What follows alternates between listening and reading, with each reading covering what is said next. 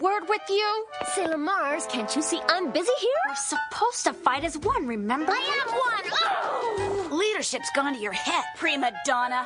Oh! Maybe we should settle all of this after we take care of the burglar. No way! This has been going on too long! This is mutiny! You can't do this to me! Looks like we just did. We're sick of following a dingbat! Dingbat? Oh, a hothead who burns off people's feet is better than a dingbat. You're completely done. Cornbread. I've had enough of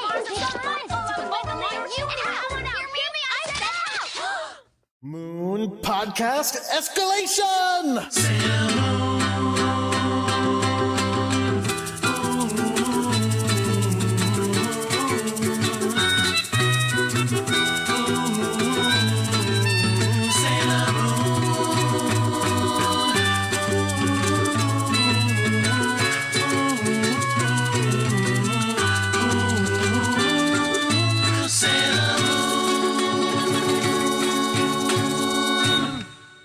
My name is Jordan D. White. And my name is Chris Sims, and this is Sailor Business. It's the podcast where we sit down with a friend each and every week and watch an episode of the classic 1992 Sailor Moon anime and talk about why it is that we like it so much. And we have a great one this week. And I know I say this a lot, it's one of my favorite episodes. Is it really? I love this episode. I really do. Huh.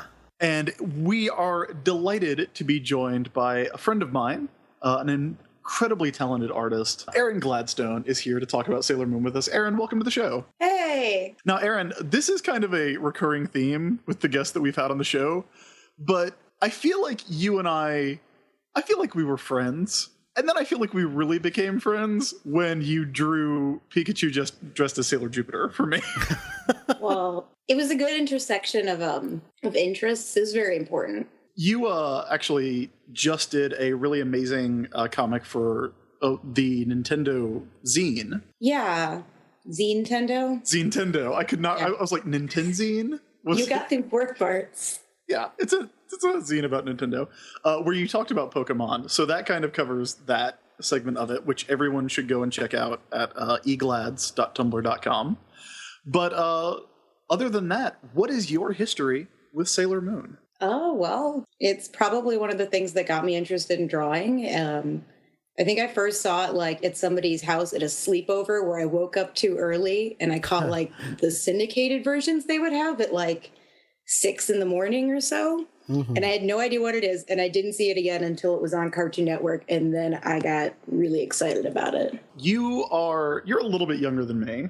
Did you have the experience of having a group of friends who are all into Sailor Moon and you each picked a scout? Yes, except there were only 2 of us. So wait, were you like, well, I guess I'm Moon and you're Mercury? Or did you like divide them up? Like, okay, I'll be Venus and Jupiter. Well, it depends. Like, we had our favorites. Like, I was definitely Sailor Moon, and she was really interested in Sailor Venus. But if we were, like, playing out in her backyard and, like, pretending to be the characters, which we did a whole lot, then you could be, you were a lot of people. But all I remember the important part was that I was Sailor Moon. That is unsurprising. So what was it about Sailor Moon that made you a fan? Well, I mean, I don't know. I'd watched a lot of shows, obviously. I loved cartoons growing up, but there's just something about all the magical girl parts of it, and just me and, the Deke dub made it really sassy too, so I probably loved that. Even though I haven't been able to go back and watch that one, so I just remember it being very 90s in the best way. Oh, it's so great. We have talked so much about the slang that they use, which is slang no one outside this show has ever used. No, yeah. And I remember, of course, because I was really, like, about the time that happened, I was probably like 11 or so. So I would use a lot of that slang because I thought it must be cool. Did you call people dweezels? Oh, not dweezels, but I'm sure I did a lot of the other ones, and just, it was, I haven't watched it again since probably since I was in high school, the original Deke dub. So, but I'm sure I used a lot of that phrasing. The Deke dub is so charming. It really is. And it's so ridiculous. And also the subtle Canadian accents on almost everyone are amazing and ridiculous. I do really love it, even though I'm finding out that the original versions are usually better written. Well, I mean, you say subtle Canadian accents, but there is a line in this one where Artemis goes full on, what's that about? You watched the Deke? Well, here's the thing. The episode that we're going to be watching this week is episode 43, which is called Usagi Abandoned, The Falling Out of the Sailor Guardians. And like I said, it's my favorite. And I am not the only one who counts this as a favorite. Because this episode's Deke adaptation, which is called, Jordan, I'm sure, do you want to say it? Because I know what it is. Fractious Friends. This episode was used as the basis of a really amazing project from a couple years ago called Moon Animate Makeup that I think we've talked about on the show before. Yeah, briefly. And what it was essentially a crowdsourced animation project where 250 animators basically chopped up the episode, the Deke version, the American dub, and then they each animated, I would say, between 3 and 5 seconds of the show. It's whatever you get when you take 23 minutes of Sailor Moon and divide it up into 250 pieces. And that's amazing.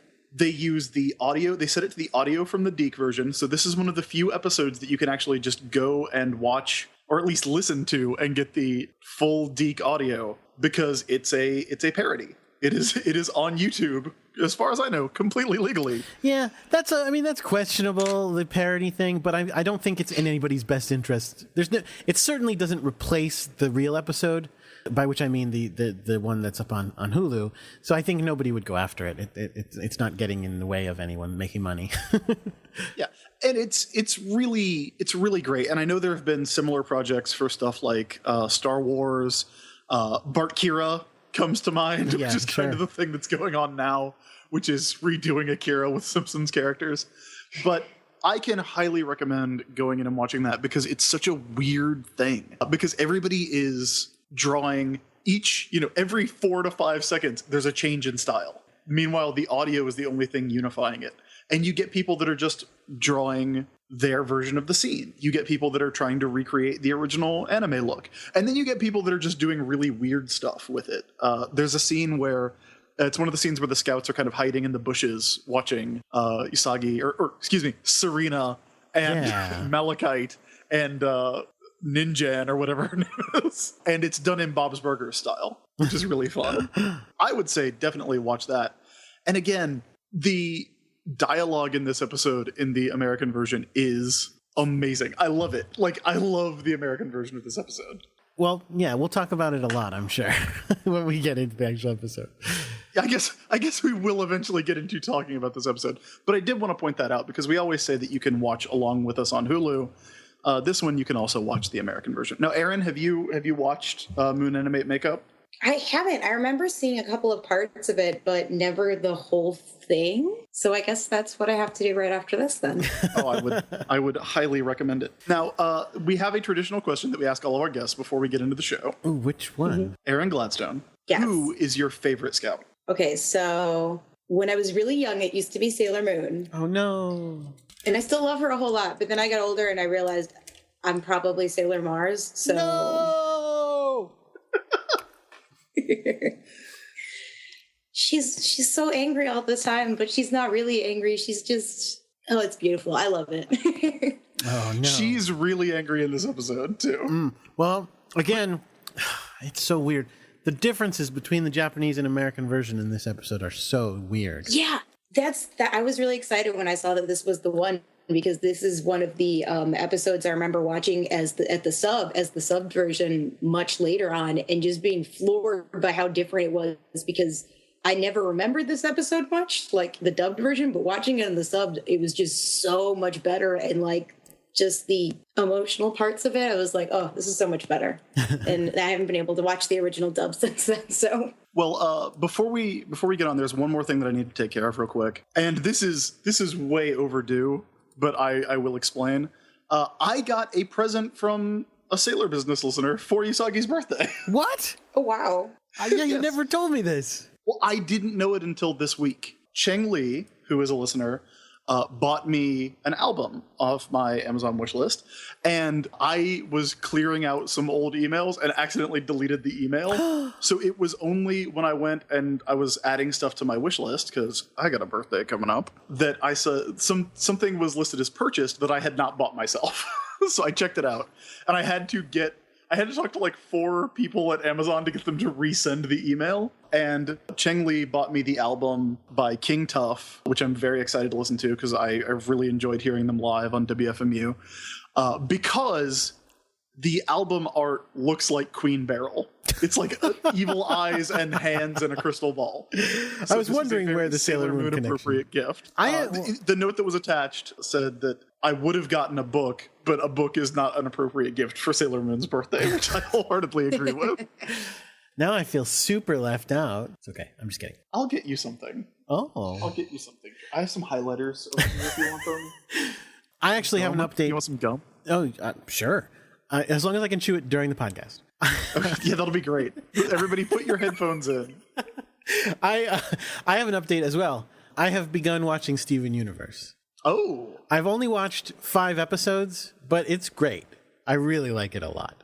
Those long-term listeners will remember that people have recommended to me that I should watch it. And yeah, it's terrific. And Chris, I'll tell you, I definitely like Steven right off the bat. Okay, now, Aaron, you, I don't think, heard the episode where we talked about this. But I really love Steven Universe, obviously, because I am a right-thinking individual. But it took me a while to actually warm up to Steven himself. I have only watched about 4 episodes of Steven Universe, and I didn't care for it at first. Uh-oh. I've since seen some of the later episodes, and I definitely want to actually watch it now, but the first couple episodes are just, I don't know, they're not really interesting. I felt the exact same way. I hear that's a popular thing, so that's why I at some point know that I do want to go back and watch it, because I hear, it gets better. So one thing I'll say is, you guys told me what it was about before I watched it, and I think that helped because they don't explain anything. The backstory seems to be slowly and delicately revealed, I guess, but I already knew the general concept of it when you guys told me. So I was like, oh, okay, I get it. To me, the episode that clinched it was the third one, which is about the cheeseburger backpack. I loved it. See, that's the thing about Steven Universe that I think is really great, is that the later episodes make the earlier episodes better. Like, it is clearly a show where they went in with a plan. There's a lot of complicated stuff that is kind of dealt out over time. And then, like, in the last 10 or 12 episodes, things just ramp up exponentially. Steven Universe is great. Is it over? So, or you mean the most recent? No. In the most recent 12 episodes. Like, it's very much going strong. And T-Pain wants to do a voice. Oh, nice. The moment T-Pain is apparently a big fan. My favorite moment in the third episode about the cheeseburger backpack was when they get to the tower and he's, being Steven, he's being a doofus. And they say to him, "This is really serious. You have to take this seriously." And he goes, "You got it, dude." And he does a thumbs up and sticks his tongue out. And that made me laugh for like 5 minutes.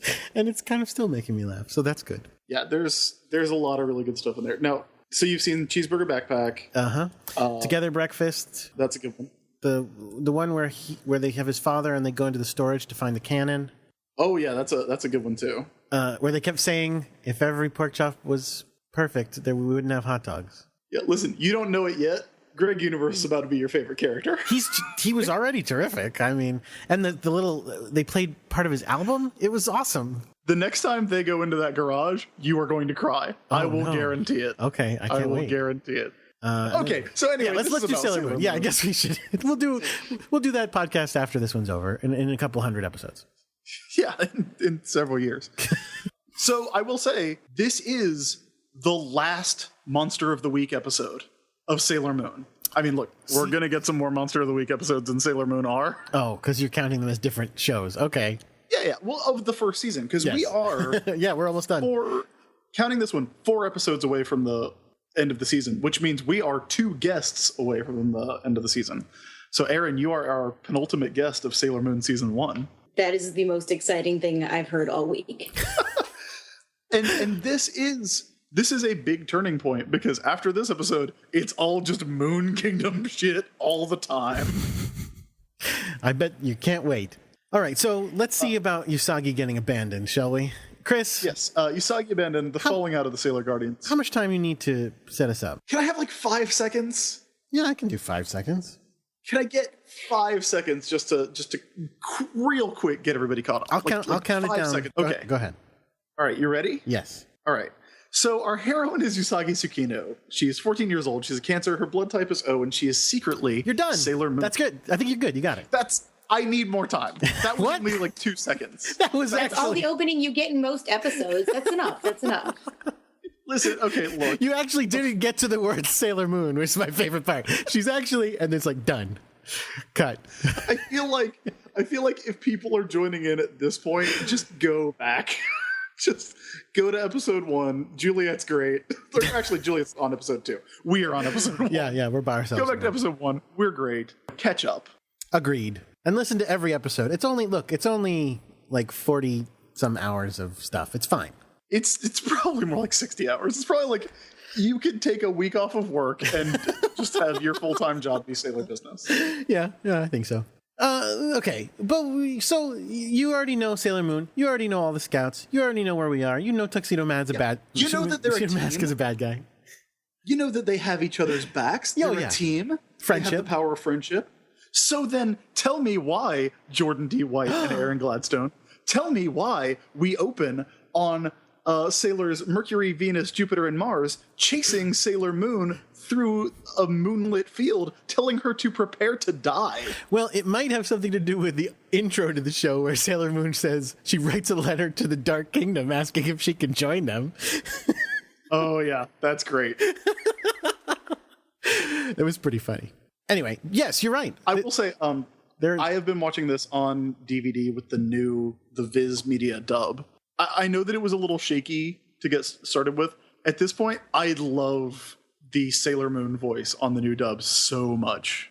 I am in love with her voice. She does a really good like she gets really squeaky, but also like whiny, and it's just so terrible. I love it. Yeah, and that intro of her like writing the letter to the Negaverse, or to the Dark Kingdom, is really great. She is on fire in this episode. So wow, okay. I guess I should try it again sometime. It's just like, again, being so attuned to Terry Hawks and the original folks, it makes me not want to hear anybody else talk like that in English in these roles. Yeah, the hard one to get past is Luna, not because the new dub for Luna is bad, but again, because Luna's so distinctive on that original dub. Although, now that you've watched Steven Universe, would Pearl not be the best Luna? Oh, right. I forgot you said that Pearl was Luna. Yeah, no, that actually does make sense. She's not. She's not. Oh, she's not. But she would, like, I feel like Luna gets more like Pearl over the course of the series. I feel like the voice of Pearl, who I think is Dee Dee Magno, that might be Amethyst, actually, is really great. Like, would be a really great Luna. Anyway, so Scouts are trying to kill Sailor Moon. What's going on? Yeah, they say they want her to die and everything. Which I always get thrown whenever they use die in like a lot of like, I don't know, cartoons. A lot of times they'll be like destroy or eliminate. And anytime I actually hear die, I'm like, oh, we're getting serious. Mercury says goodbye, stupid girl. I wrote that down in my notes. Me too. That's so harsh. That's Amy. That's so mean. That's the worst insult Amy can give. Stupid. Yes. I actually wrote down Amy calls Usagi stupid girl, and then I drew a little frowny face in my notes. You know what? They wanted to, and again, I mean, mild spoiler. They're just practicing? Like what? They're just running around saying the meanest things they can say? I guess it's not really practicing. Somebody's spying on them, but it's all part of a plan. Right. To make they've come up with a plan, as we're going to find out over the course of the episode, to make the Dark Kingdom think Sailor Moon is being kicked out of the Scouts and wants to defect. Because they're actually being watched by the monster. But they can't know that. Like, their plan has to literally be, let's just run around and be mean to Usagi and hope somebody sees us. Yeah, but look, they know someone's watching, because someone's always putting up flyers advertising Moon Princess contests. But that's exactly the opposite. Somebody's not watching. They put out flyers so that they bring the Scouts to them. Well, the Scouts are trying to bring it to them. I was cool with it. I mean, listen, I'm just nitpicking, but, you know, that's this is... look, I am not going to fault our dear, sweet Sailor Scouts for the first time coming up with a proactive plan to deal with the Negaverse. Oh, God. They go out of their way to say that, like, it's Sailor Moon doing it. She had a plan. That's fucking serious. Yeah. You used the word proactive, which is my least favorite thing to say about superheroes ever. But that's fine. Look, I get why. That's a discussion for another time. That's for a different podcast. Okay, so they're all surrounding Usagi. They're all gonna, quote unquote, kill her. Mars goes, yeah. For example, I will shoot fire at you. She accidentally shoots fire, basically under all the scouts, and all the scouts get hot foot and have to jump around going, "Ow, ooh, ee, ah, ee, ooh, ow, ooh, ee, ah." And in the Deke dub, I think it's Jupiter who says, "You're melting my boots," which is horrifying. But also implies that their outfits can be just that they are capable of melting. I mean, I guess we've seen in the past. I mean, look, this is the dumbest thing in the world. I'm trying to figure out how their outfits work. I thought their clothes were made of magic. Yeah. Oh, no, I was gonna say they get singed and stuff, and they try to show whenever they get roughed up. So maybe I don't know, magically appearing clothes. Well, in Horrible Future, whatever the name of that episode was, ours was called Horrible Future. We saw that Rio had his vision of Amy being, her clothes exploding off of her. I forgot about that. He was very upset about. True. So they can get damaged. I just find it weird that if you threw fire at the Sailor Scouts and their shoes melted and they had to take their boots off, the next time they transformed, would they have boots? That is the question I want everyone to answer. Yes, I think they have automatically magically repairing costumes. I think once they turn back to normal and then they resummon it, it would be whole again. Otherwise, do you think that the Sailor Scouts are constantly getting their costumes cleaned? Are they having to take them to the cleaners? I mean, I feel like being I guess that's a good point. I think they just they magically repair and clean instantly. There's a lot of magic going on. With Sailor Moon. In the Dark Kingdom, Queen Beryl is this episode. I just want to start by saying, listen, this episode is kind of charming, especially the Deke dub. For much of the episode, a lot of what happens in this episode is dumb. I know you're saying you love it. I'm just gonna tell you, I'm gonna be talking about some dumb shit. No, I mean, look, why are you surprised that I love the one that is super dumb?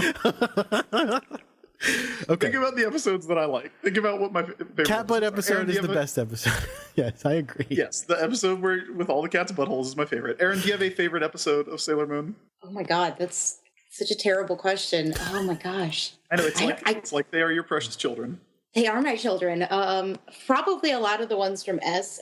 I really like that whole season. Sure. But R has a lot of nostalgia. There's probably a few episodes of R that I can watch and tell you every single word in. So we get to the Dark Kingdom, and Queen Beryl's crystal ball is on the fritz because there's been weird energy for the last couple days. And I feel like she has not properly been swirling the energy. You'd think. You got to keep that energy swirling, or else it's going to backfire on you. But they instead think, no, I think the reason that energy in general is misbehaving is because the silver crystal is upset because the Sailor Scouts are fighting, and that's giving off weird energy. Or do we all support this idea? This wonderful idea? This vague idea? Yeah. Well, look, let's think about the kinds of energy we've seen on the show before. Please. We've seen tennis energy. That's a big one. Big one is tennis energy. We've seen Molly energy. Love energy. Which is boundless. Love. So yeah, I guess Sailor Scouts fighting each other energy is going to be a pretty big deal. So now this is where Kunzite turns around and addresses our monster of the week, Oniwa Bandana. Banban. Or Banban.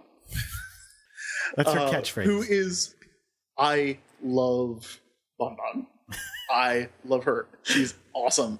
I love her design. I love that she is basically just a sexy ninja. But here's the thing about her, again, in keeping with the super weirdness of this episode, we bring her up as, check out this cool ninja monster that we have in the Dark Kingdom. No, that is not the case. Check out this reporter that I've corrupted and turned into a super ninja. Yeah, it's awesome. Which is awesome. Is that like the evil correlation? If the evil version of you is a ninja, I like that. That's cool. He basically went and found Lois Lane and turned her into an evil ninja. Oh, okay. Look, Nana which is her civilian name, is nowhere near the reporter that Lois Lane is. I don't know, Chris. She's written all the stories. And her eye glows like cables, which is pretty great. Aaron, you are, again, an artist by trade. Do you have any thoughts on her design? Because I think it's great. She's definitely, I like her a lot. I like the ones that tend to at least look mostly human. I don't know. The ones where it's like got like the crazy, like, I think it's like for the hairstylist where they've got like buzzer clip arms or something. I don't know. They've got some weird ones. This one I like a lot. So Bon Bon shows up and throws 2 developing Polaroids as though they are shuriken. And Queen Beryl is so cool about it. Yes, Queen Beryl's awesome in this episode. Because Queen Beryl has again, like you said, it's just a picture, but it's thrown directly at her face. And she just kind of sits there like, yeah. And it stops right in front of her and she reaches up and casually plucks it out of the air. Awesome. Yeah. And the great thing about that is that Kunzai, like, just catches it in midair, which is really cool. But, like, what's cooler than that? Just sitting there and stopping it with your force of will. And casually picking it out of the air. So yeah, the pictures, by the way, are great because they're pictures of the scouts fighting Sailor Moon and Usagi's eyes are just bugging out. Mm-hmm. They're really fantastic pictures. I hope those end up in the Daily Surprise. Right. The plan here, the Dark Kingdom buys it. The Dark Kingdom is like, yeah, well, obviously. She does suspect it's a trap, but they're like, let's look into it some more. Yes. The seed is planted. Now, where's Endymion at this point? Oh, he's refreshing. By which I mean, okay, last time we saw him, didn't they cured him? Right. And so they re-nuking moon healed him. Yeah. They're re-microwaving him to get him brainwashed again. Endymion doesn't appear in this episode. No, they talk about him. Not around for this one. Right. So, okay, now we get into the Moon Kingdom. Basically, everybody's enacting plots, and they're all stupid. Oh, they're so great. They're so great. So, where does Bon, where does Oniwa Bandana go?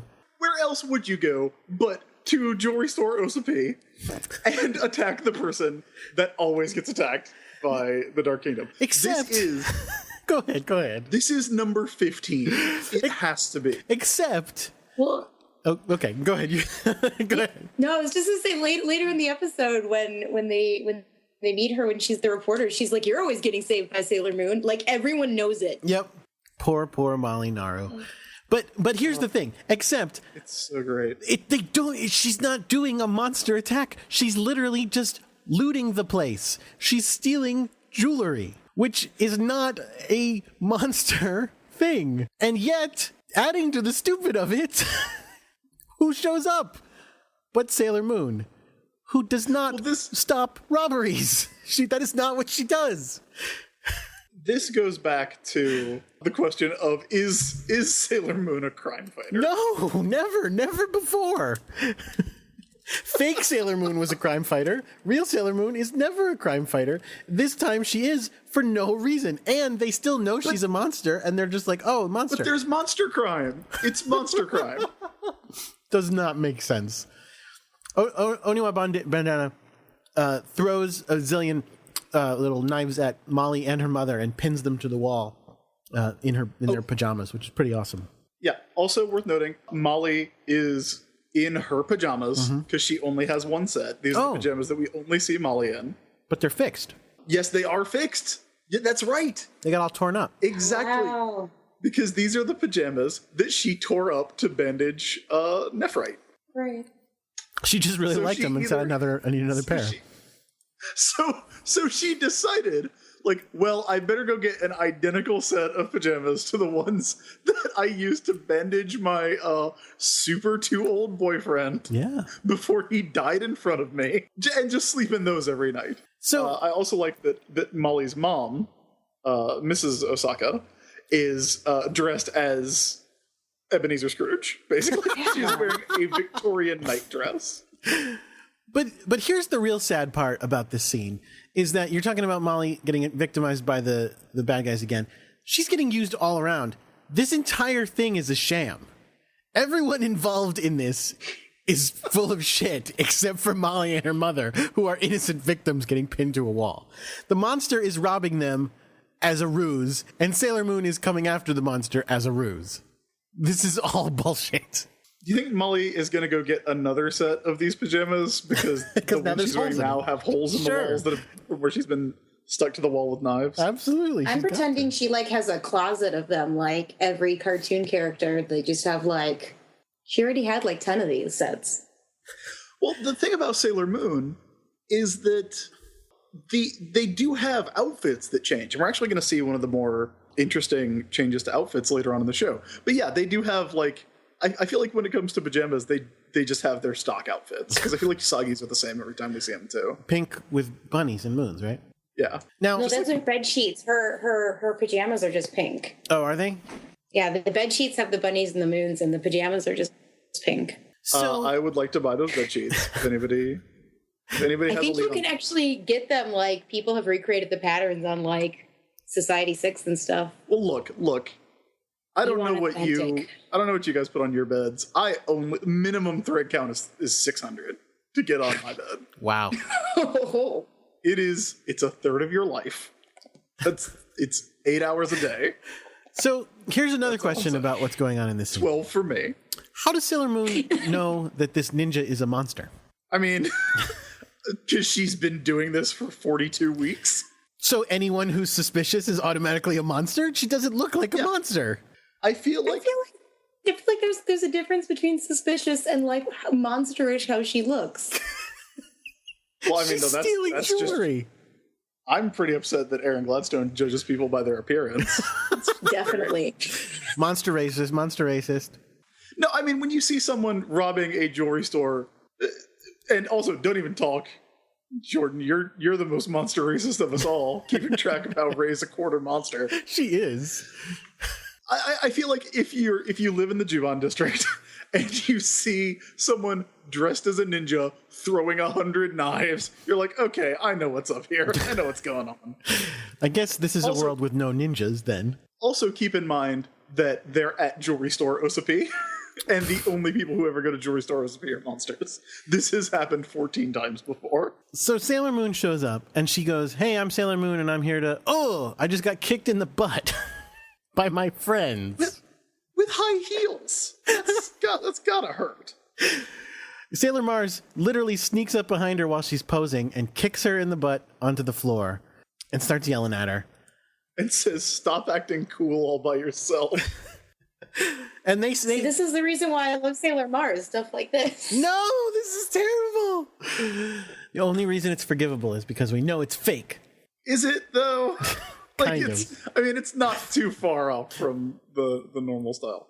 So according to the rest of the scouts, Amy heard about this crime first because she is wearing her computer goggles, which give her the names of rally race drivers and RoboCop lines. So obviously she's tapped into the crime grid. And they say that Sailor Moon was probably eavesdropping and heard about the crime and ran to show up first. And while the scouts are all yelling about everything, the monster just goes, I'm just going to sneak out. Except what she really does is turn into her human self. And again, here's more weirdness about this episode. She turns into her human self, who is a reporter. And by reporter, they really mean photographer, because really all she does is take pictures. Well, she also interviews. Yeah, okay. I guess that's true. I just mean, what I meant was like, typically you're not going to do both. Although maybe in this digital age with websites you would, but back then you wouldn't have.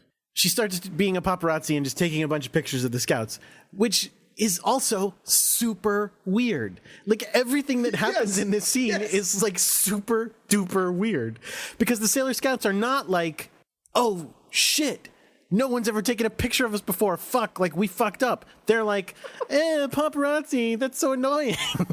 Which is like, what? How often does this happen to you? Never. Yeah.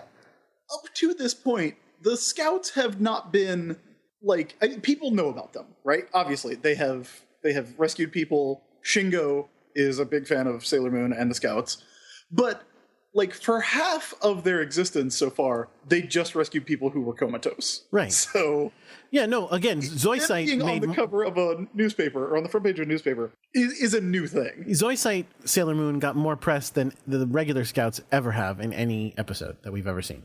Yeah. Nana, who is Bun Bun's civilian identity, who, by the way, I wrote in my notes, is 100% a Phoenix Wright character. Sure. Ridiculous. She's pretty ridiculous.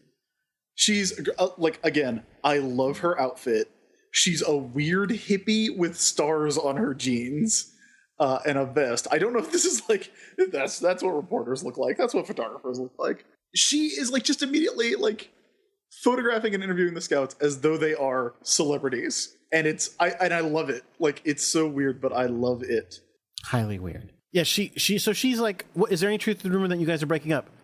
And Sailor Moon tries to cover it. That's the other thing that happens in this episode so much is Sailor Moon is constantly trying to lie and cackling like a maniac. Because every time she tries to lie, she goes,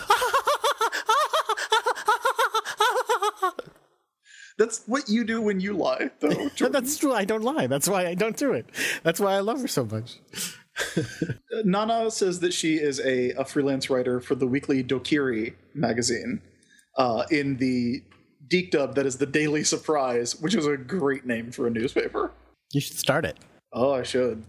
That probably ranks as my second favorite name for a fictional newspaper, behind Cool Trash Magazine from Gem and the Holograms. Cool Trash Magazine's my favorite. I would definitely read that magazine. Cool Trash? Of course you would. They published Kimber's Diary. Cool Trash. Yeah, but it's not a daily surprise. I want a daily surprise. That's awesome. I don't know. I don't think I could handle a daily surprise. That's true. It could be I stressful. have enough anxiety as it is. She's interviewing them, as you said. Sailor Moon tries to play it off and does a lot of laughing. There's a great scene where she says, yeah, we were just playing around, right? And she looks at the other Scouts, who all, like, in unison, turn their noses up at her. It is so theatrical. I love it. I love it. And Ray says, yeah, it's because Sailor Moon keeps messing up. And so again, you're going to find out, all bullshit. The whole scene was bullshit. And then poor Molly is like, so does anybody want to get me off this wall that I've been pinned to for 20 minutes? And they finally do. Yes. So, look, at this point, does Naru know? Does Molly know? Yeah. Do you think? Yeah. Because it would be impossible for her to sit there watching this and not go, wow, she really acts like Usagi. In the Geek Dub, there was just 1 second, and it's very subtle, and because it's at the end, as the scene is transferring to the next scene, that Sailor Moon calls her Mal. And I was like, wait, don't, you're blowing it. Don't do that, Serena. Oh, sorry, Mal. Yeah. So I love Naru. She's great. So the next day, Molly and Serena, or Naru and Usagi, are walking to school, or to school or from school. They're walking somewhere, talking about Sailor Moon. And again, it's kind of doubly funny knowing that it's a fake plan, because Usagi is taking it super personally that anybody is talking about Sailor Moon. It's like, this is your plan.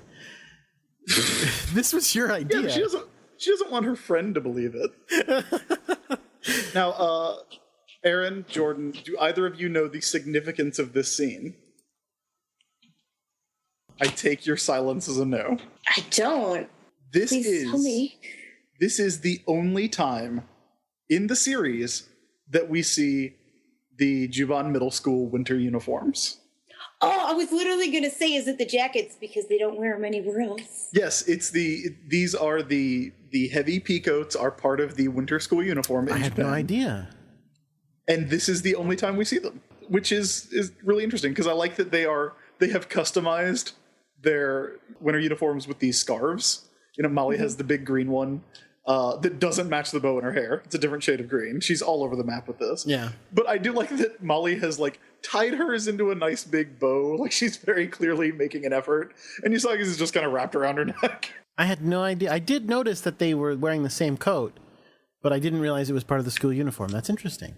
Yep, these are the winter uniforms, and it's now I actually read this on a Sailor Moon fashion blog, which is I love all the different aspects of Sailor Moon that have like Tumblrs devoted for them, because there's a fashion Tumblr. There's one that's just okay. There's several fashion Tumblrs. There's definitely one, because I've been looking at it because I'm working on drawing a bunch of the scouts in their civilian clothes. So I've spent about 2 hours on that one civilian website just looking through all of their different like outfits, and I'm having a great time. Is that one Sailor Civilian? Yes, Yeah, that's I love the that Tumblr. That's the one where I read this about the winter uniforms. I follow and that there's one also too. there's one that's just the backgrounds, which is really great because the background paintings on the show are amazing. It's true. But yeah, there's a lot of like I love that there's so much there that people are kind of going deep into on Sailor Moon, because as you might guess, we love it when people go really deep into Sailor Moon. Mm-hmm. So they're talking about Sailor Moon, and Usagi's getting all defensive. I love that Usagi goes, but Sailor Moon is cute and sweet. She wouldn't fight. And of course, then the reporter bursts in and goes, "Oh, you're talking about Sailor Moon. Let's hear what you have to say about Sailor Moon, then." And I love that Usagi just totally throws Naru under the bus in order to escape. Usagi's just like, she's the one that got robbed, and she's like, "Oh yeah, let's talk to you about it." Yeah, just like totally pawns Molly off.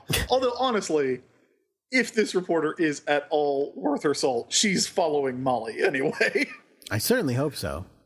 And again, like you said, she says, "I understand Sailor Moon has saved you many times," which, no kidding.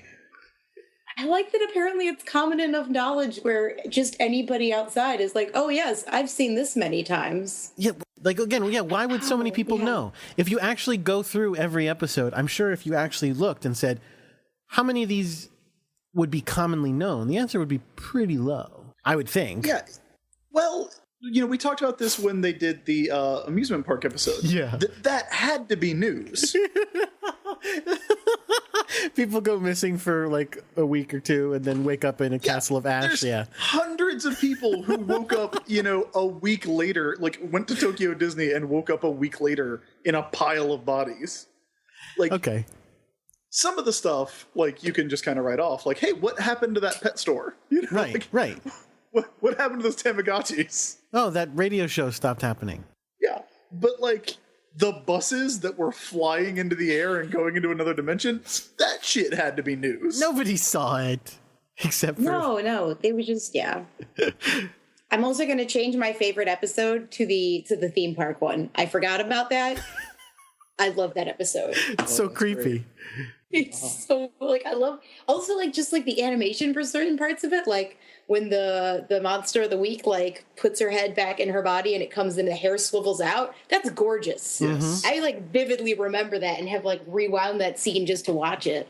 And Sailor Moon and Sailor Mars riding on broomsticks. Yes. Yeah, It's pretty best. great. The best. So again, the reporter's still trying to nose around. Molly, do you know anything about the Sailor Scouts breaking up? No, I gotta go. Bye. They run away. And then what happens? Well, back in the woods, there's another chase scene going on. Oh, right. Okay, good.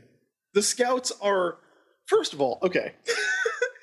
I realize that the plan requires a certain bit of authenticity.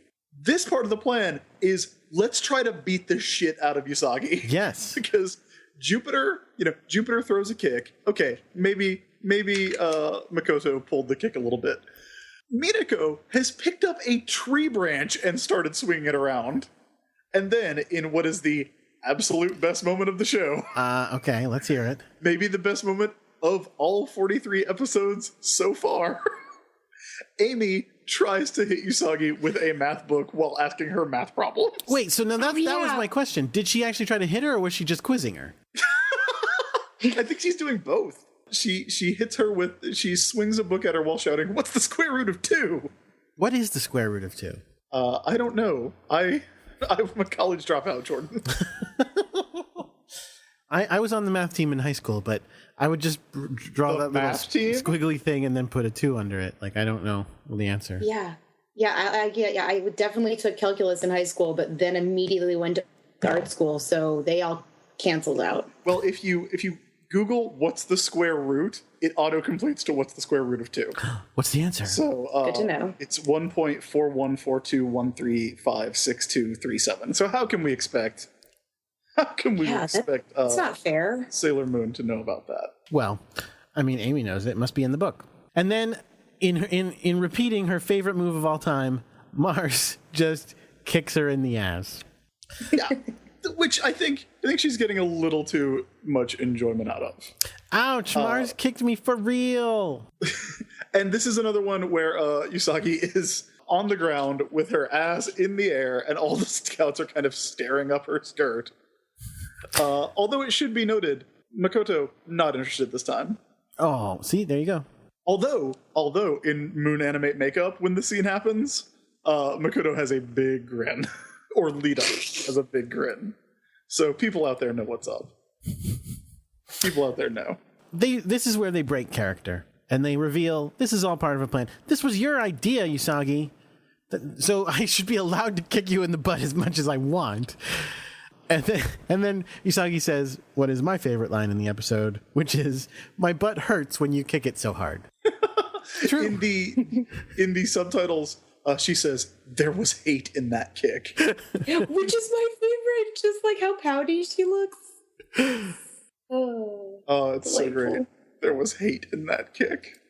So then Mars starts yelling at her, going, yeah, but if we're not convincing when we kick you in the butt, then they won't invite you to the Dark Kingdom. Again, let's just talk about this plan. Like, they're actually trying to say Sailor Moon has turned so hard on the Sailor Scouts that she's turned evil. Like, we're going to invite her back to the Dark Kingdom. Oh, cool. You hate the Sailor Scouts? We hate the Sailor Scouts. You used to be one of them, but now you're cool. Come with us. Hang out. Yeah, makes sense. Okay.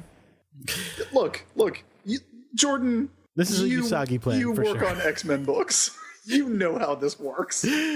Well, yes. In X-Men books, people do change sides all the time, but they're more questionable to begin with. They're no Usagis.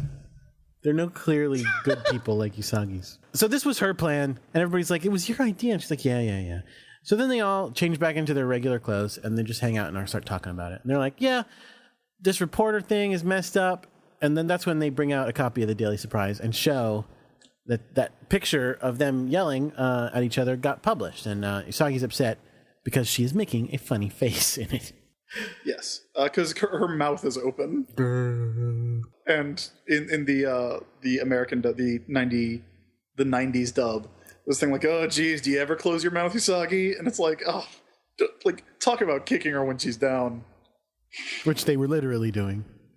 Yes, literally and figuratively, which makes Usagi so mad that she catches on fire. Or in the dub, in the sub, I mean, they say that's how you always look. Yep. There is so much great animation in this episode. It's great. This is also where we find out that Nana has written every political, economic, and entertainment story there is. Yes. That's why I'm calling her impressive. Lois Lane. And Jimmy Olsen. She's a popular freelance reporter that came out of nowhere. The exact line I just caught while watching this and freezing it. Oh gosh. So she was like, she's not a monster though, right? Like, she is a person who was turned into a monster, like Misha and Janelin. Yeah, they refresh her back to a normal person, and as far as we can tell, she just, the monsterness goes away. Yeah. So was she already that driven a reporter, and Kunzite was just like, you'll do, you'll work? Or did the Negaverse get its hooks into her and drive her career to new heights? Good question. Oh my gosh. Because she did come out of nowhere. So that I don't know part which one I like better. Yeah. Well, I mean, when she, spoiler warning, but when she gets refreshed, that's right, the good guys win in this episode. What? She does, immediately just start asking questions. Like, she goes right into it. So I guess you could make the case that she is certainly driven, although she might not have been as accomplished before the Negaverse got to her. So are you recommending that to achieve all of our career goals, we get captured by the Negaverse? Yes, I think evil rocks are the key to success. Oh. Good. Quick fashion update. No new outfits in this scene. These are all civilian outfits that we have seen before. Except I think maybe Amy's. Yeah, that might be. But I feel like Amy's, like, she's got the sweater over her shoulders that I think she usually wears with this outfit. So we've definitely seen that mustard skirt before. They're talking about keeping this plan going, and Usagi accuses Rei of liking it too much, and that she's like, yeah, you really do want to beat me up and take over as leader, which Rei denies. But I don't know if I believe her. Yeah, I mean, look, Rei wants to be leader. Rei wants it to be the Mars stick. Rei, not only does she like what, she thinks that she'd be best at it, and she's deserving of it. Yeah. The scenes of them sticking their tongues out are, as always, amazing. Love the Rei and Usagi just stick their tongues out at each other. They have enormous, giant tongues that take up half of their heads, and they're hilarious. And we get a quintuple sweat drop from the other 3 scouts and 2 cats. I love the droopy cats. I love them, because then the next scene is the same thing. You just like it when people wear cats as fashion accessories. Because I can't do it with my cats. My cats would immediately murder me if I pick them up and put them on my shoulder. They'd be like, "What the fuck are you doing?" And they'd jump down. But the idea, your cats swear a lot more than Luna and Artemis. It's true. The idea that in the next scene, Usagi's just walking to the reporter's place with Luna draped over her shoulder, and it's not just is Luna draped, because it's not just like Luna's on her shoulder. Luna is like acting like she's like got no muscles. She's just like totally limp, like her arms just completely limp and her head down.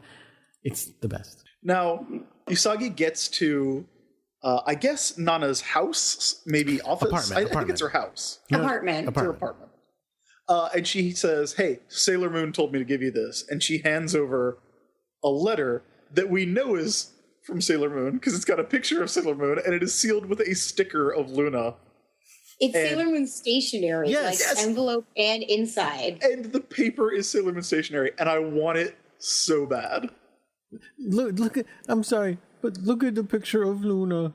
When Sailor Moon and Luna are consternated while she's reading the letter, it is the best picture of Luna. She's got a big sweat drop, and she just looks so like, this is dumb. It's so great. I want to know where Usagi got Sailor Moon stationery. She made it. No, I think she got it because it's the same way like she had all the Sailor V swag and all the Sailor V video games. I think they really are popular like celebrities. We just don't see it.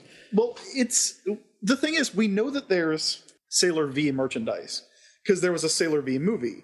And we know that the Sailor V movie poster had Mercury and Mars on it. And we know that there has been a vending machine with like not only plush dolls of Sailor Mercury, Sailor Mars, and Tuxedo Mask, but also Queen Beryl. So wait, but again, we decided that was Jedi's fake. That was Jedi's plan that he never got around to enacting. These people are really into plush dolls these days. They spend so much energy. The thing about the stationery is it's manga Sailor Moon. Is it? Yeah. Yeah, it's Naoko Takeuchi you can tell Sailor Moon. specifically because Luna has the really manga eyes. Yeah, and she's got the clips in her hair, the big wing clips in her bangs. So it's not even. Oh yeah. It's not even. But she doesn't look regular Sailor Moon. She doesn't look as thin as the manga makes her look. No, but it's definitely Naoko Takeuchi style. Yeah. I do think it's hilarious that Luna's on it because again, like that's part of the secret identity. That's Usagi's cat. And Usagi has Luna with her, right? With a crescent moon on her forehead right now. That's why she looks so consternated because she's like, "Oh, this is really dumb." Yeah, listen, this is a real bad idea. In the new dub, there's a line in here where Nana asks, "Hey, why did Sailor Moon give you this letter?" In the subtitles, her response is, "People always tell me that I look trustworthy." In the new dub, it's she says, yeah, people always tell me I have a good face for delivering mail." That's a way better line because it makes no sense. Yes, it's a very Usagi thing to say. Oh, God. I love it. I love it a bunch. The point of the note is that Sailor Moon wants to defect, and that is our act break. And I know I can't stop talking about Luna, but I love her. Sailor Moon starts cackling, and Luna's entire body gets sweaty with sweat drops. So great. Like, there's so much. I've taken so many screenshots during this episode because it's the animation, like the reactions, everything is so wonderful in this episode. It's one of the reasons I love it so much, and one of the reasons that I think it worked so well as the source for Moon Animate makeup. But we'll talk about that when we get to the end. So back in the Dark Kingdom, Bonbon teleports the letter to Kunzite, who's like, yes, I see. Again, he is floating for no reason. Oh, he can. He's a cool evil dude. Yeah. Oh, man. I totally wrote a note in my notes. The next note I have in my note is, that's not happening, and I have no idea what it's in reference to. I'm going to have to see. We cut to 11 p.m., the witching hour. Which is close enough. Outside some very large clock, which again has the Tenban sign on it, the Juban sign. Bonbon raises up from the ground and turns into Nana, and they have a little conversation about whether or not Usagi wants to leave the Sailor Guardians. And then Kunzite shows up. He's like, "Hey, why don't you just give me the moonstick, and I'm sure that'll work out." He does not give her an enticing offer, is what I'm saying. Yeah, no. Again, this episode just full of dumb plans that don't make a heck of a lot of sense. Did you say episode or series? Oh, you meant series.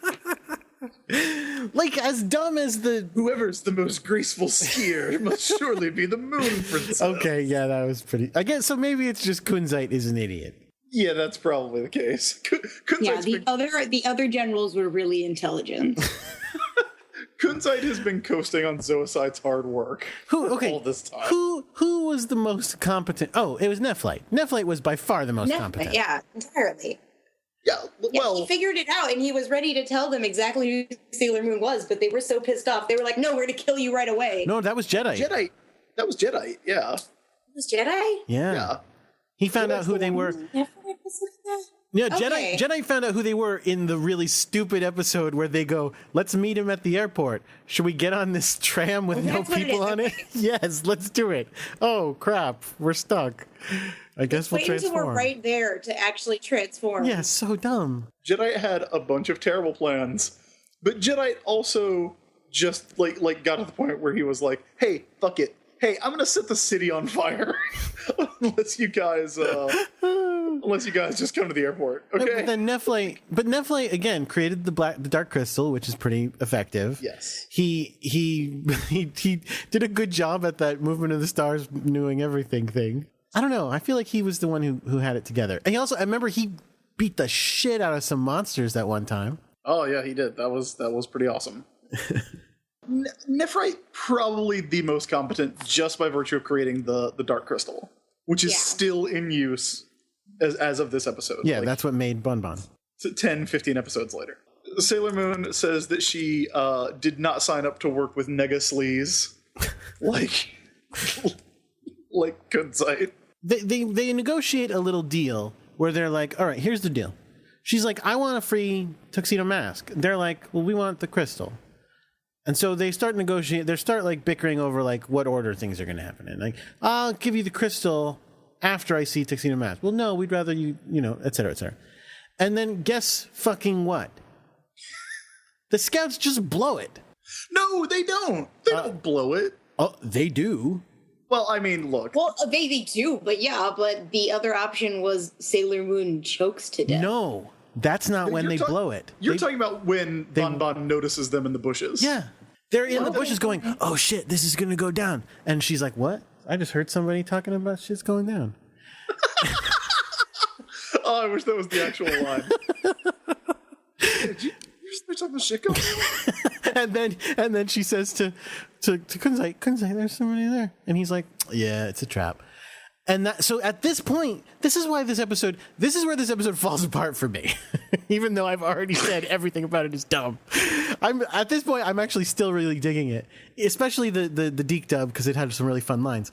But at this point, it gets super weird because then as soon as we know the bad guys know it's a trap, then the rest of it is just strange. With them, with the back and forth of are we gonna save her? No, yes, no, yes, no. Because, like, look, at this point, okay, what happens is that Kunzite creates a wormhole to the Dark Kingdom, which is not. It's just a pit of endless darkness. Well, we don't know. Maybe he's totally true. I'm pretty sure. Because he knows it's a trap. No, so he's playing along, but it's a thing that is dangerous to her, I think. And he's like gonna see if she's like, knowing that it's a trap, he's gonna set a counter trap and see if she is committed enough to her ruse to just walk into certain death. Yeah. That's what I think is going on. You're probably right. Even if it is a portal to the Dark Kingdom, what's in the Dark Kingdom is a fucking 100 monsters in Queen Barrel. Right. You're right. So he does do that, and she's like, I'm not gonna go in there. It's very scary. And he goes, oh, all right, then I will strangle you to death. Well, I like that he's like, oh, are you too scared to go in there? And she goes, you're just like Sailor Mars. And then Mars gets all offended. That's like the worst, like, yeah, that's the biggest burn she has, is you're just like Sailor Mars. So Bandana starts strangling her with her bandana. And then we get this is the part. Now this is where it gets really different in the both versions. In the original Japanese version, you've got the Sailor Scouts going, "Oh shit, we got to save her. No, we can't save her. That's part of the plan. The plan was don't save her." Yeah, because she might hand over the moon crystal or the moon stick and the silver crystal. No, that's not why they're gonna not save her, right? I don't. No. They're not going to save her because she's convinced that she might be able to get into the portal to go see Mamoru. Right. So that's why she's gonna do this. But it's different in the first dub. They made it really weird. Well, because they think she's gonna hand over the moon stick. Also, Sailor Moon in the sub is thinking, "Don't fuck this up. Do not come out and save me. This is the plan. Mm-hmm. I'm getting choked to death. That is the plan." I don't know. Again, I don't know what she thinks is going to happen after she gets choked, but I guess they'll choke her enough and go, all right, enough choking. I guess you're serious. Listen, this part makes more sense in the dub because it makes more sense if they're like, oh, they're going to kill her and take the moonstick. Either they're going to kill her and take the moonstick, or she's going to hand it over because she's going to get choked to death. Yeah, but again, it doesn't make a ton of sense because then they should just jump out. But whereas that's the thing in the Deke dub, Sailor Moon is literally going, "Scouts, for real, I need your help, for real. I'm actually serious, no joke, not a part of the plan. I need your help." And they're sitting there going, "This is part of the plan. We can't save her." And it's like, no, save her. And they're like, no. And they throw in some nonsense about, yeah, Mercury's scanning the thing with her computer, which she's not. Well, there's another big difference, too, which is that Sailor Mars reveals, yes, she's like, no, we can't go out and save her yet. And everybody's like, are you seriously going to let Usagi die? And she goes, no, that's not what this is about. And she reveals that she has the moonstick. Right. In the original Japanese version, it's part of the plan that Usagi doesn't have the moonstick just in case something happens to her. In the dub, she goes, yeah, Usagi left it in my room. I'm just hanging on to it. I didn't steal it, which is so weird. Totally weird. It absolutely should have been part of the plan. Usagi going, yeah, I'm not going to bring it, which means I'm a little more at risk, but I'm not at risk of giving it to the bad guys. The way that this makes sense is if Usagi still thinks that this is, like, that they're, like, going to show her tuxedo mask if she holds out, if she keeps holding out. And so they have arranged it so that she can't hand over the moonstick even if it gets bad. But I feel like this works better if we don't know that the bad guys know that the Sailor Scouts are there. Because then it's them going, we're going to strangle you. If your friends come out and save you, we know this is bullshit. But the fact that we know that they know the friends are there means it's already bullshit and they're just going to strangle her. The problem is that there's 3 different ways things are going on. And it's the way Sailor Moon thinks things are going, the way that the Negaverse thinks things are going, and the way that we see that it's actually going because we are privy to all of their private conversations. Right. So, and none of those line up. Nope. So Yeah. Now, okay, actually, I'm a little torn. If we didn't know that, because that's the thing. If we didn't know that it's bad either way. Because we know the bad guys know, then the entire time that they're going back and forth between should we help or not, the answer is yes, you should help. The plan failed. It's over. Just save her. No, but what they think is that, like, okay, when they realize she's not going to give up the moonstick, even if they're going to choke her out, then they'll take her to see Tuxedo Mask, and she can get Tuxedo Mask free. Right, but we know that that's not the case. So we know that that's not the case. So there's no. But if you go the other way, and we don't know that the bad guys know, then the Sailor Scouts blow it by jumping out, right? What did they know and when did they know? That is our question. So finally, the Scouts are like, fuck it, this is dumb. And everybody jumps out and does the last 2 seconds of their transformation sequence. Says their names. And then, he's like, it took you long enough. No, she's like, what did you do? I could have done it. Doesn't she? I thought she's like, I could have handled this. Why did you? Yeah. Mm-hmm. Listen, I am interpreting the actions here. Oh. And then Kunzite goes, I knew this was a trick. This is not a surprise. I knew. And they all go, oh. Sailor Mars shoots fire, and then we get a combo attack from Sailor Jupiter and Sailor Venus. We get a laser and lightning, which is awesome. Laser light show. And Kunzite just goes, pink bubble, I'm out. Farewell. He's a wuss. Then they have to fight Bon Bon, and they do. She splits into a gazillion of herself, and then Mars does the hot foot on her, which is fun. I think you're forgetting what the true ultimate attack in this situation is. Oh God. Yeah, I didn't mention the dumb, pointless attack. You're right. Oh, how dare you? It feels hurtful because I know what you're referring to. What's that? There are Bon Bon splits into a bunch. Yep. And they're all going to attack, and they can't because Mercury bubbles have obscured the battlefield. Dumb. Oh God. Okay. Yes, bubbles. Wow. Aaron, feelings on Mercury bubbles? Oh, you know what? I feel bad for Mercury because I feel like she probably wouldn't choose to have I feel like she would choose a more passive attack, but she really gets the shaft in the first season because it's like poison powder or like whatever in Pokemon. If you just have that, it's terrible. You have to use it in conjunction with other things. So I don't know. I like the bubbles. I love the bubbles, but I'm excited for when she gets more effective attacks. Well, Listen, eventually she's going to hit level 15 and learn Shine Aqua Illusion. It'll be great. One really amazing scene, Bon Bon pulls out this giant sword and goes after Usagi. And Usagi, Mars throws her the moonstick, and Usagi catches it and uses it to block the sword, and the sword shatters when it hits the moonstick, and that shit is raw. That's awesome. That's true. I also like that when it happens that Usagi looks startled, like she thought she was going to die. Yes. And that was an acceptable thing, and she's like, oh my gosh, this worked? Very true. Amazing. So then the hot foot thing happens. Bon Bon is moon-healed and refreshed and does not go unconscious. One of the few people who doesn't go unconscious. No, just wakes up and starts asking questions. And the question is because immediately the scouts start bickering again. Because immediately that's when Sailor Moon starts going. And the best line, again, the other best line in the episode, after the previous best line in the episode. Usagi's like, why'd you come out? And she's like, because you started crying like a baby. When did I ever cry like a baby? Chris, when did she ever cry like a baby?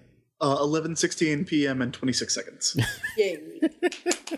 Marked it on the calendar. Whoa, 28 seconds, Chris. Put it in the day planner. You were off by 2 seconds. I'm sorry. I didn't write that down in my notes. So we get, there's rumor going around that you're breaking up. What's going on, guys? What's going on? What's the inside scoop on this? And The end. The end. What a great episode. What an amazing episode. And I feel like we learned a lot. Yeah. Jordan, can you tell us what we learned? Do we have the Sailor Moon says? Sure do. Today we tried to trick Malachite by pretending we were fighting, but some of it was for real. Well, sometimes you just can't help yourself. Everybody loses their temper sometimes. But part of being good friends is being able to listen, even when you really don't agree. Right, and you don't always have to win a fight. Yeah, sometimes you can just agree to disagree, and you can still be friends. And don't forget, all friends know how to say, I'm sorry. Sailor Moon says... Amazingly, that is both decent advice and relevant to the episode. I know. I am full on shocked. Yep. And she's so sorry. now, I do like how Makoto or Lita just shows up and goes, and be friends. Like, hey, you guys gotta be friends. It's stressing me out. Aaron, what did you learn from this episode of Sailor Moon? What did I learn? Oh my gosh. I learned that Usagi and Rei will always fight, but I guess they love each other deep down. Yes. I guess. No, I love them together. I won't, yeah. They're cute. Jordan, what did you learn? I learned that your butt hurts when it gets kicked really hard. I had no idea. Did you not know that before? No, I had never heard that. I'll help you test that theory next time. No, I already know. I'm good. Oh, okay. Okay. I already learned it. How about you? I learned that about the 15th time you're attacked by a monster in your home at night, you're over it. You're just done. Oh, man. And yes, that is the end of Usagi Abandoned, the falling out of the Sailor Guardians, a.k.a. Fractious Friends, a.k.a. Fractious Frames, the title of the Moon Animate makeup version. Ah. Get it? Because it's frames of animation. Got it. And I really love this episode. There's so much great animation. There's so many great reactions. There's so much great interplay between the Senshi. Like, I do love that there is a plan that kind of operates on the knowledge that Usagi doesn't really get along with everybody.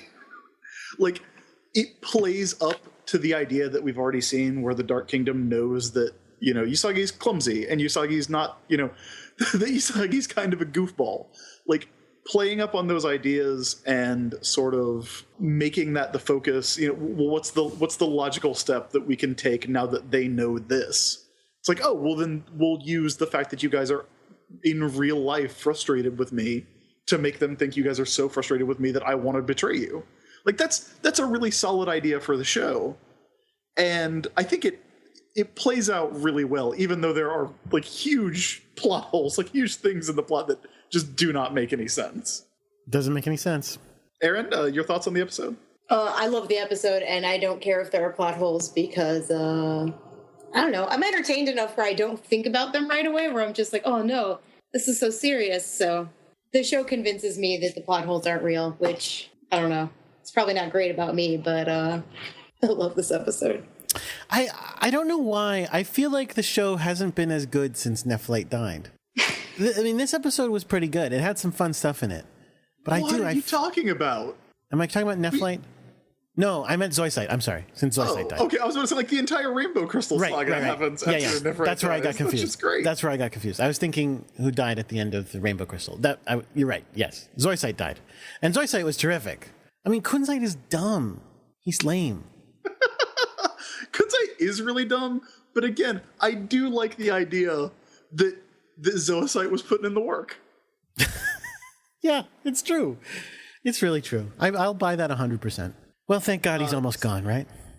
So yeah, I would recommend this episode to anyone who's watching along, anyone who's looking for episodes to skip. I'd say definitely watch this one, even though it is the last of the filler episodes. Sure. And I would even say that if you listen to the show and you're one of the people who actually listens to the show but hasn't watched this episode, I would say this is one you could start with, because I feel like it's kind of got everything. Okay, I mean, that's a little weird. You know what? Here's what I'll say. If you don't watch the show, watch the Moon Animate makeup. What was it? Is that what it was?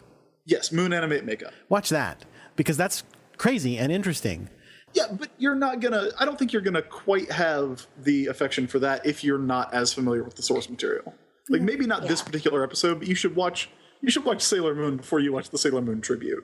I guess. Yeah, I think that's fair. I mean, I would think that you need to watch Sailor Moon before you listen to a podcast detailing every detail of Sailor Moon and going way too deep into it. But I'm wrong about that because lots of people love it. Okay. So, yeah, great episode. I really liked it. Definitely one of my top faves, I think. But yeah, that brings us to the end of our show. Aaron, before we let you go, can you please tell everyone where they can find you and all of your stuff online? Please, all of my stuff. I guess the main landing point would be eglads.tumblr.com, but I'm pretty much eglads on everything else. So you could find me anywhere, on Twitter and Instagram, on all those places where you sell things like Redbubble and stuff. I'm everywhere. As we're recording this, you and former guest, a friend of the show, good friend of mine, Katie Donnelly, you're doing a little bit of a fundraiser to get some hard drives and laptops. Hard drives and laptops. Specifically, it is hard drive 2 laptops, which Katie coined and was so excited about the title that there was no option to pick another one. Hard drive 2 laptops. Yes. And I know that you have been doing themed commissions. By the time this episode airs, you will have finished your week of Sailor Moon themed commissions, which, spoiler warning, since this won't be airing for another few weeks, I got one for my girlfriend for her birthday, which will be hanging in my office because that's how I do it. That's how I organize the presents.